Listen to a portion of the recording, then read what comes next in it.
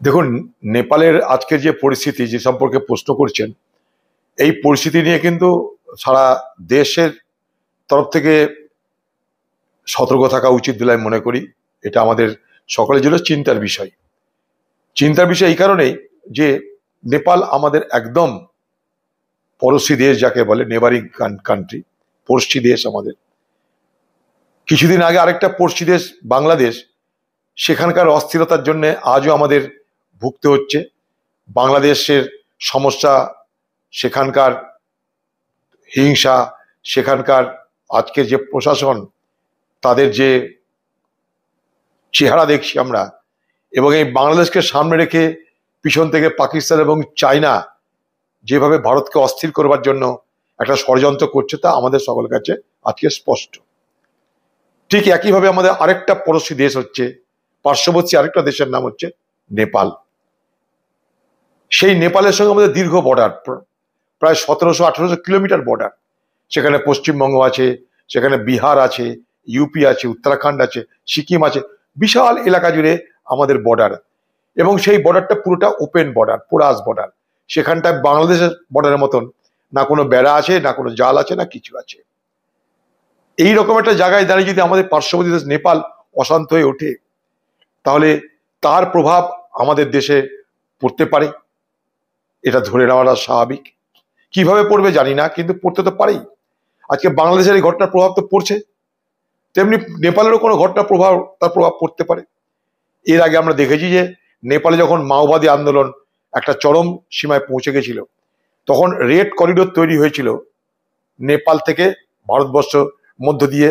অন্তত 12টা-13টা রাজ্য মিলিয়ে রেড করিডোরের কথা বলা হতো।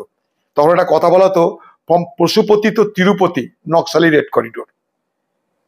তাই আগামী দিনে নকশালি রেড করিডোর, মাওবাদী রেড করিডোর কিনা জানি না, তবে আগামী দিনে নেপালের এই অশান্ত পরিবেশে আমাদের জন্য কি অপেক্ষা করছে আমরা জানি না। কখনোই ভাববো না যে কোনো খারাপ কিছু অপেক্ষা করছে, কিন্তু পিছনে রয়েছে যে সমস্ত শক্তিগুলো যারা ভারতবর্ষকে দুর্বল করতে চায়, আজকে তাদের থেকে আমাদের সতর্ক হওয়া দরকার। যেমন আজকে বাংলাদেশকে কেন্দ্র করে চীন, পাকিস্তান তৎপর ভারতকে দুর্বল করতে।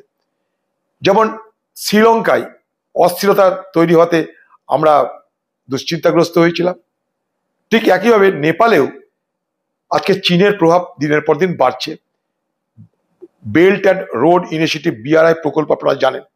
চীন গোটা নেপালের মধ্য দিয়ে রেলপথ, সড়ক পথ তৈরি করে ভারতবর্ষের বর্ডার পর্যন্ত আসার চেষ্টা করছে। হ্যাঁ, আমেরিকার সঙ্গে সেখানটায় কিছুটা মতপার্থক্য আছে চীনের, অস্বীকার করছি না। তাই আজকে ওখানকার সরকার স্বতঃস্ফূর্তভাবে ক্ষমতা ছেড়ে দিল, না বাধ্য হলো, না পিছনে কোনো শক্তির মদত, সমস্ত কিছু কিন্তু ধোঁয়াশা। জেনারেল জে, মানে জেনজে বলে যেটা বলা হচ্ছে, যে জেনারেশন জে, তারা আন্দোলনটা করেছে, নিশ্চয় করেছে। যুবকদের বেকারত্ব, তাদের হতাশা, সবকিছু ব্যক্ত হচ্ছে এইভাবেই। কিন্তু এর মধ্যে সেখানে সামরিক শাসকরা, তারা গোটা নেপালের দায়িত্বে এখন। আগামী দিনে তারা কোন পথে চলবে, কিভাবে চলবে, ভারতের সঙ্গে কেমন তাদের সম্পর্ক হবে, তার উপর কিন্তু আমাদের অনেক কিছু নির্ভর করছে। আমরা সবসময় চাইবো নেপাল আমাদের একদম আত্মীয় দেশ, পড়োশী দেশ, ঘনিষ্ঠ দেশ। বাংলাদেশের মতন নেপালেও আমাদের অবাধ যাতায়াত, নেপালে তো অবাধ যাতায়াত ছিলই, বাংলাদেশেও একসময় আমাদের অবাধ যাতায়াত ছিল। যতই বর্ডার থাক, কিন্তু যাতায়াতের ক্ষেত্রে একটা স্বাচ্ছন্দ্য ছিল, একটা আমাদের দ্বিধাহীনতা ছিল। আচ্ছা, কিন্তু বাংলাদেশ যেতে গেলে স্বাচ্ছন্দ্যবোধ আপনি করবেন না, দ্বিধাহীনতা থাকবে না। সেখানে আরেক ধরনের সরকার, যে সরকার আমাদের দেশকে শত্রু বলে মনে করছে। এখন নেপালের সরকারের সঙ্গে আমাদের বন্ধুত্ব তো অবশ্যই আছে। আগামী দিন কি হতে পারে তা জানি না, তবে নিশ্চয়ই ভালো থাকবে, ভালো হবে, এটাই আমরা আশা করি। কিন্তু নেপালের পরিস্থিতির সামনে রেখে আমাদের কিন্তু সতর্ক হওয়া দরকার।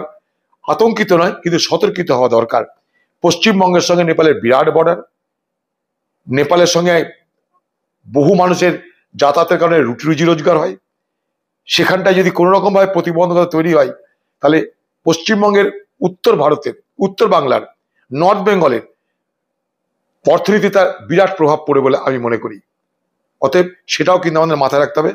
এখন সশস্ত্র সীমাবল পাহারা দেয় জানি, কিন্তু তেমন কোনো পাহারা নয় সেখানটায়, যেটা আমরা বাংলাদেশে বা পাকিস্তানের বর্ডারে বা চীনের বর্ডারে আমরা দেখে থাকি, সেই বর্ডার সেখানটায় পাহারা দেওয়া হয় না। সেখানে সাধারণভাবে বর্ডার পাহারা দেওয়া হয়, যে কেউ যেতে আসতে পারে।